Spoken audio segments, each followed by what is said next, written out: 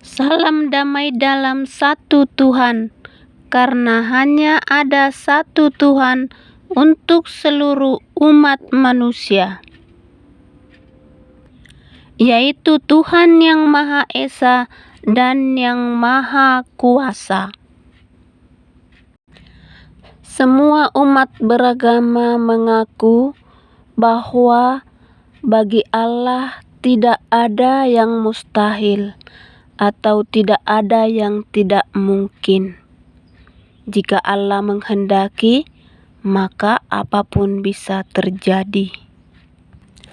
Namun demikian, masih banyak orang yang masih sulit memahami tentang kehadiran Allah menjelma sebagai manusia di dalam tubuh Yesus Kristus. Untuk itu, saya akan memberikan bukti-bukti dari kitab suci pengikut Yesus atau yang disebut Kristen yang bisa membuktikan bahwa Yesus benar-benar Allah yang telah menjelma jadi manusia untuk menyatakan wajah dan namanya kepada umat ciptaannya. Karena dalam kitab suci ini Yesus sangat banyak sekali mengaku dan mengatakan bahwa Dia adalah Allah, yaitu yang ditulis oleh murid Yesus Yohanes dalam kitab Yohanes dan kitab Wahyu. Nanti akan saya tunjukkan. Silahkan diikuti dan direnungkan. Siapkan hatimu agar sahabat bisa memahaminya. Ikuti terus sampai akhir agar sahabat tidak sulit untuk memahaminya.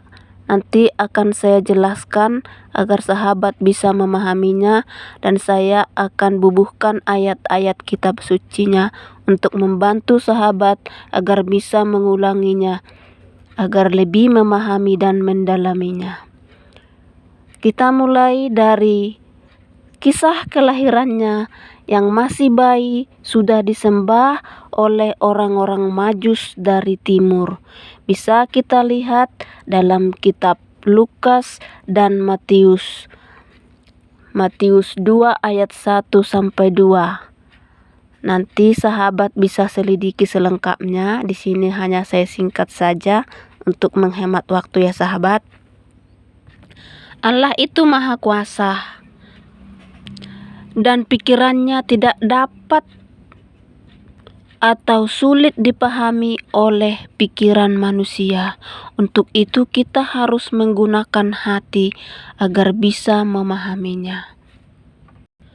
Kelahiran Yesus di kandang domba ini adalah suatu bukti bahwa Allah berkuasa mengubah yang mulia jadi hina.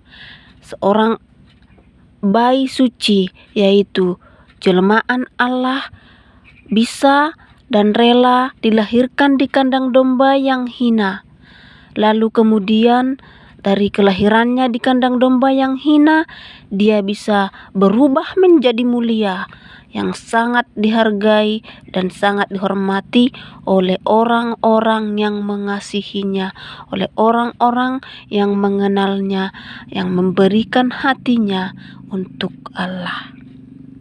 Tetapi manusia duniawi sangat sulit untuk memahami ini.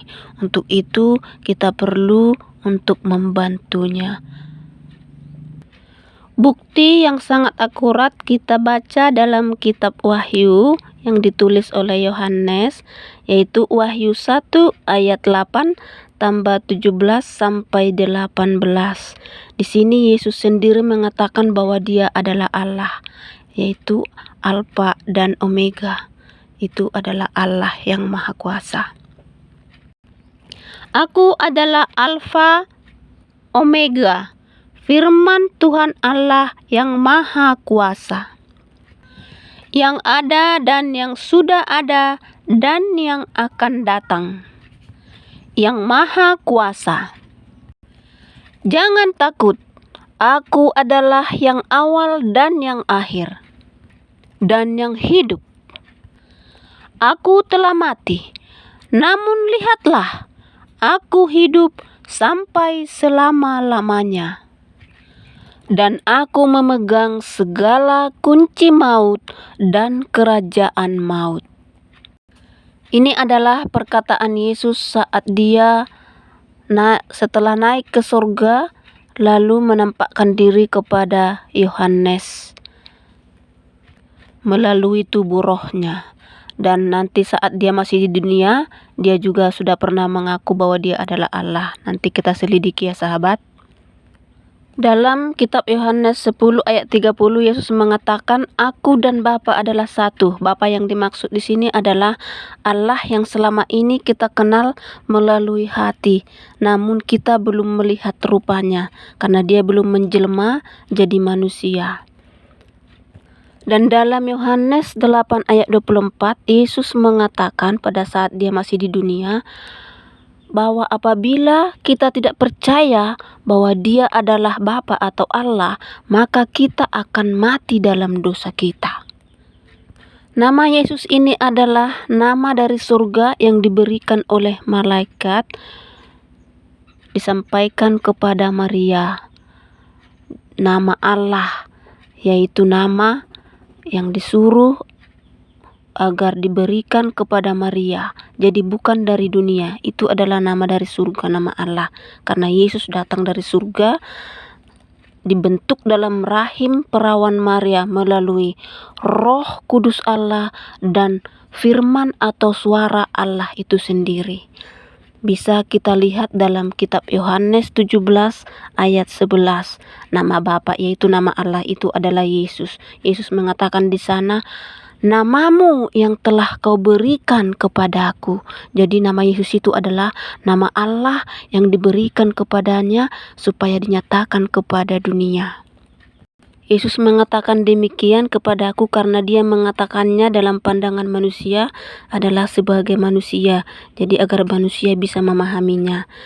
Jadi manusia datang ke dunia dengan membawakan dua peran, yaitu peran sebagai Allah untuk menyatakan nama dan wajahnya pada dunia, dan peran sebagai manusia untuk menjadi anak Allah, yaitu anak domba Allah yang akan menjadi korban yang sejati, korban yang hidup untuk menebus seluruh umat manusia yang berdosa yang mau percaya kepadanya.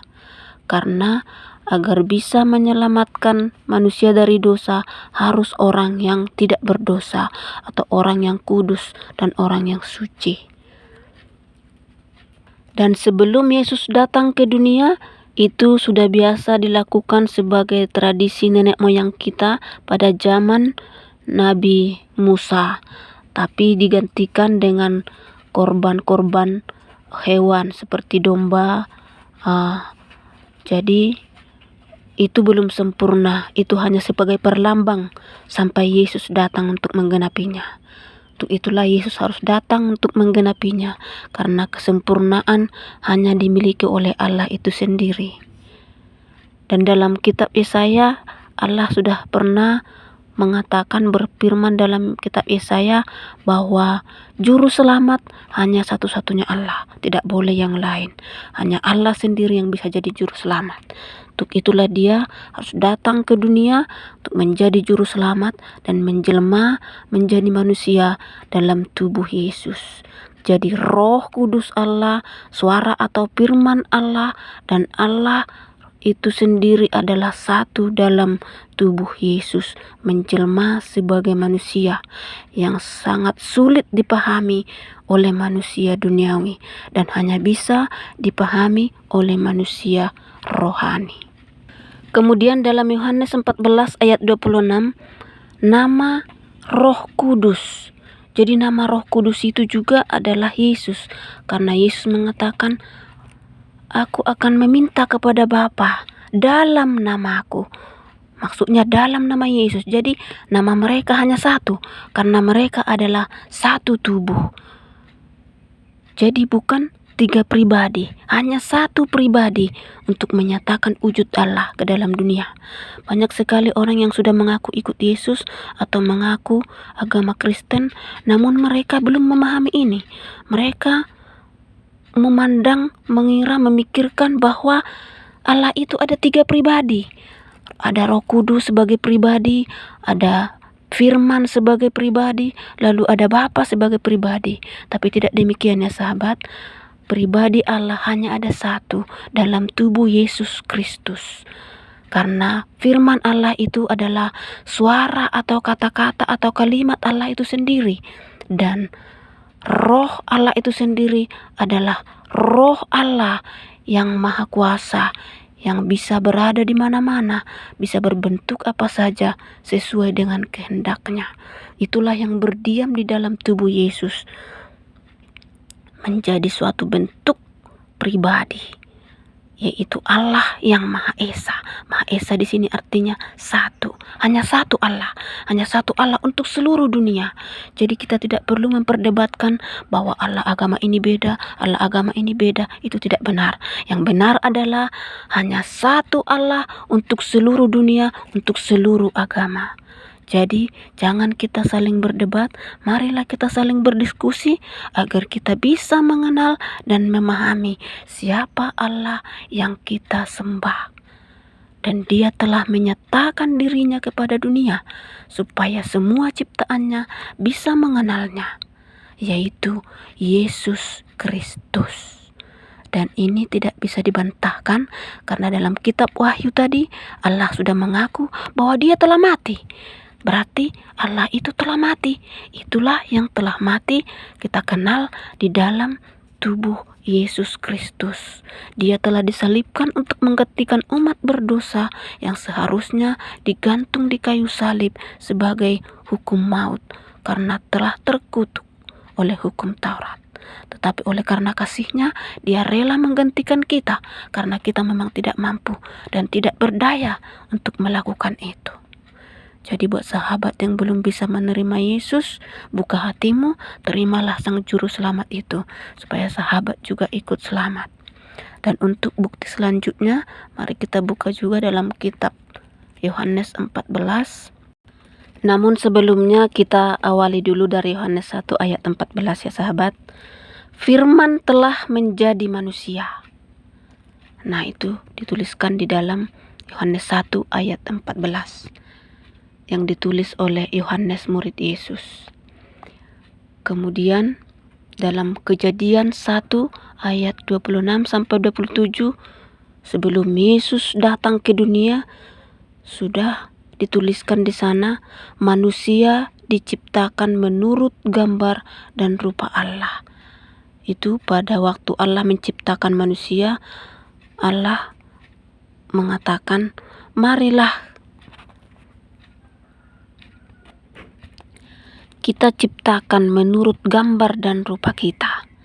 Jadi Allah itu mengatakan marilah kita ciptakan manusia menurut gambar dan rupa kita. Rupa kita maksudnya di sini adalah rupa Allah. Kenapa Allah mengatakan kita padahal Allah hanya satu?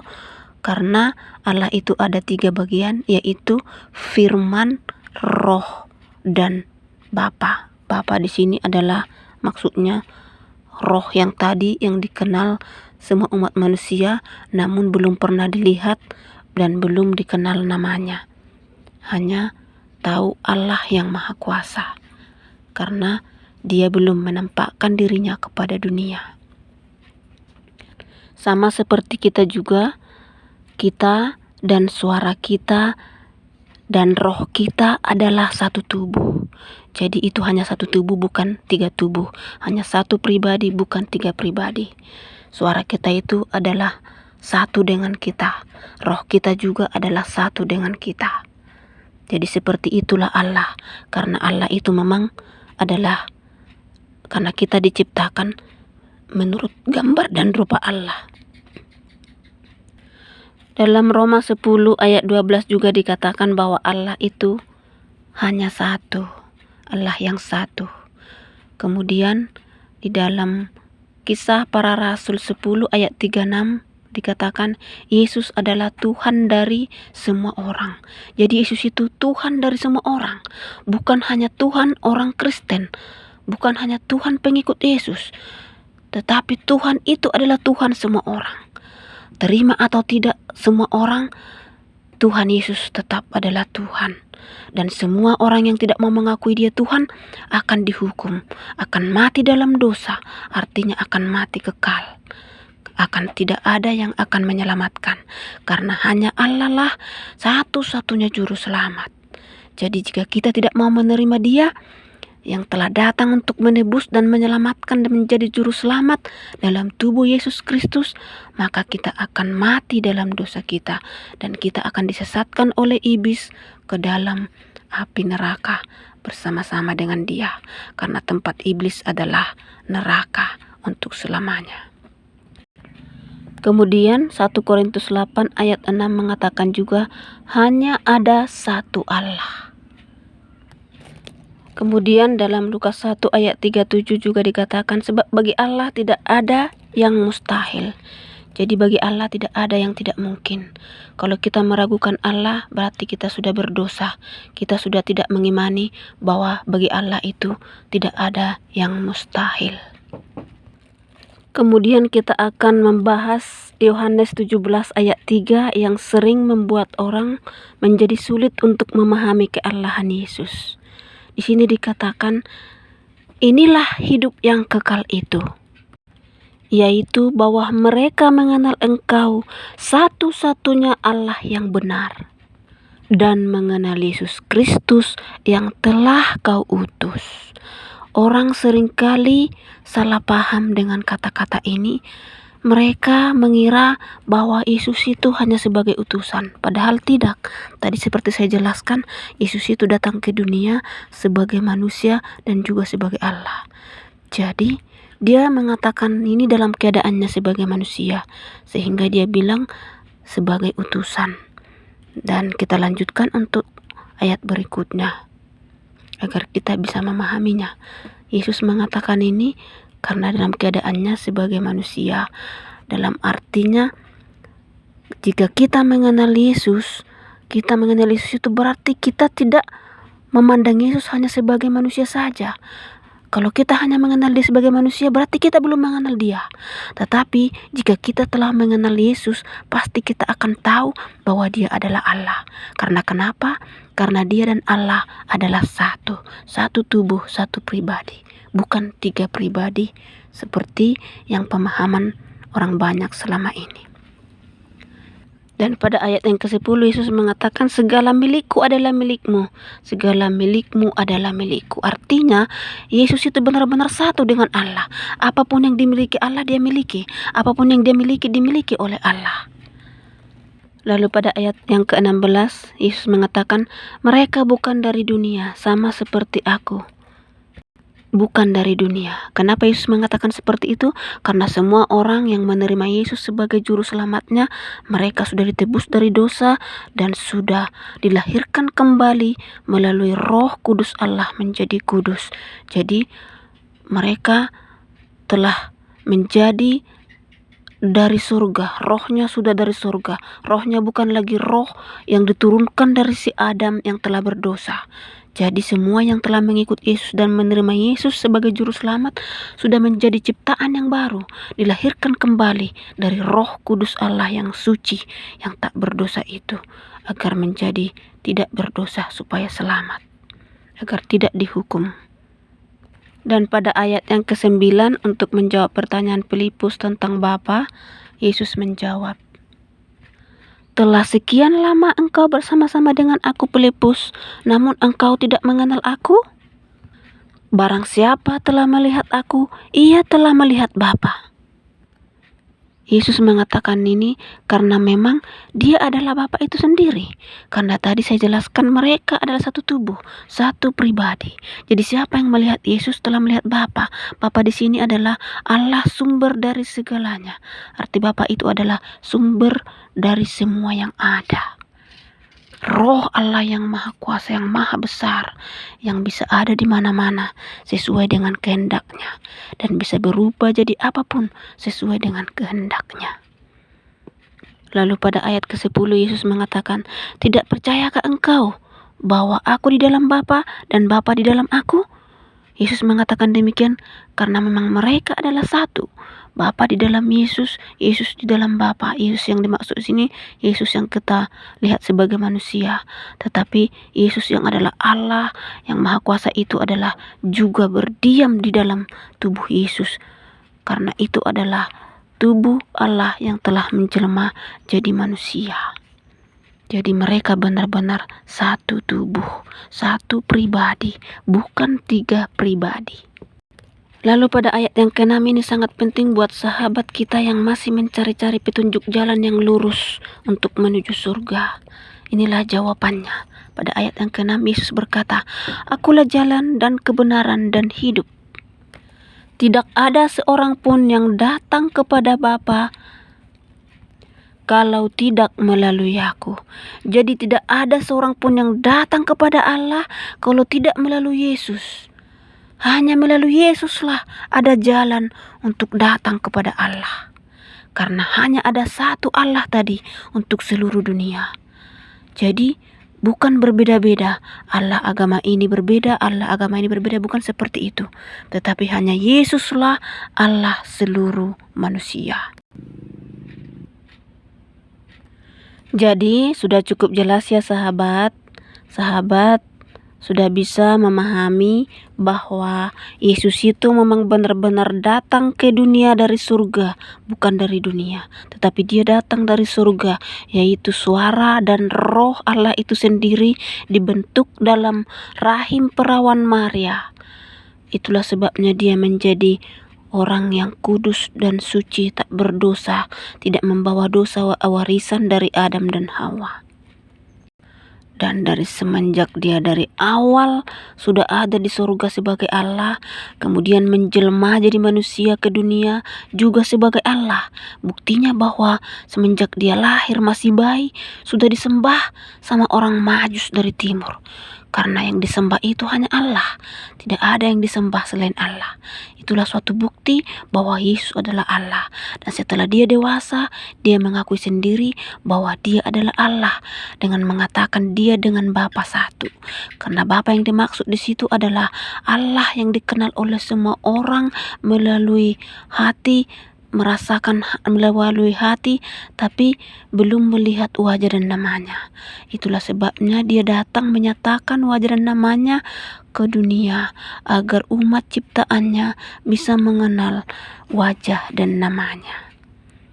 Dan sangat jelas tadi ayat-ayatnya sudah saya jelaskan, dan masih banyak juga ayat-ayatnya dalam Alkitab yang membuktikan bahwa dia 100% benar-benar Allah yang menjelma jadi manusia. Tapi cukup hanya sampai di sini dulu sahabat, untuk menghemat waktu, dan untuk di lain kesempatan silahkan ikutin channel kita ini, yaitu Damai Dalam Kasih Allah Seluruh Dunia. Di sini sangat jelas, sangat banyak ayat-ayat yang bisa membuktikan keallahan Yesus. Sampai di sini, semoga Tuhan Yesus memberkati kita semua. Semoga kita dapat menerimanya sebagai juru selamat sekaligus Allah kita yang hidup. Immanuel. Amin. Immanuel itu artinya Allah menyertai kita. Dan Yesus artinya dialah yang menyelamatkan umatnya. Dia yang dimaksud di sini adalah Allah. Jadi dari namanya saja pun seharusnya kita sudah tahu bahwa dia itu benar-benar Allah. Immanuel, Allah yang menyertai kita, dan Yesus adalah dialah yang menyelamatkan umatnya. Terima kasih buat waktunya. Silahkan sahabat subscribe, like, dan komen agar sahabat tidak ketinggalan untuk informasi-informasi kami berikutnya. Dan silahkan bagikan buat sahabat kita agar mereka juga ikut diberkati. Terima kasih. Dadah. Tuhan Yesus memberkati kita semua, karena Yesus adalah Allah semua orang. Amin.